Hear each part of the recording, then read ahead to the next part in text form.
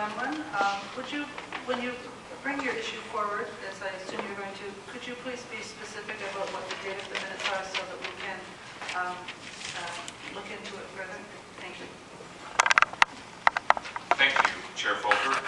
Unfortunately, to answer your question, I wouldn't be able to give you that information at this time because I was not able to actually have that information ready to include in this little explanation that I have here. However, I would be more than happy within 48 hours or whatever you feel is reasonable to do my best to find it. Or we have very confident people here at this table as trustees and other staff who probably will have a real quick recall of the situation. And I guess the person that I could look to that would probably be able to go like that, the answer would be Superintendent Linda Kartazinski, because she is very effective and efficient as she does her job. May I continue? Business arising from the minutes. At a previous board meeting, this board passed and carried a policy report that included policy F2, which speaks to the process and procedures of an accommodation review guidelines for the planning of school program and facility needs. This policy F2 was revised in June of 2009. In the policy on page 5 of 8, it clearly states in item 7B, and I quote, "The final accommodation review committee report and recommendations is to be submitted to the Board of Administration.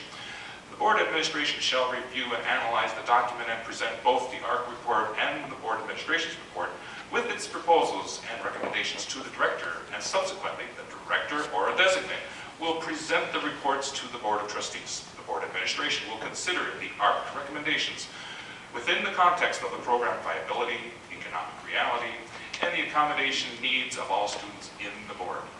The Board of Administration may or may not agree with some or all of the ARC recommendations. In light of the options that Superintendent Hyatt shared with the ARC Committee at the January 20 meeting, she has directly violated the District School Board of Niagara Policy F2.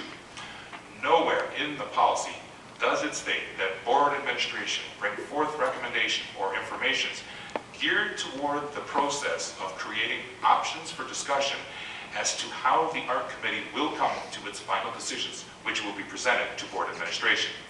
These actions that have been shared at the ARC meeting by Superintendent Hyatt in front of the community and the media has completely undermined the ARC process, and more importantly, it has gone completely against board policy, in which, in essence, is the DSBN rulebook and the law as to how we serve our communities and conduct our business as a board.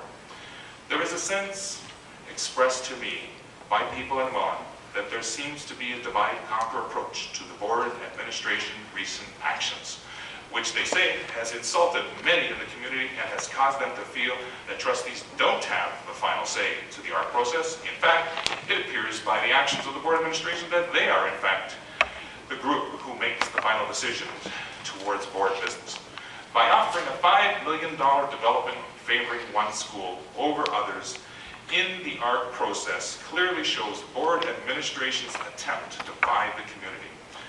This Board of Trustees was passed by the information sharing done by the Superintendent Hyatt.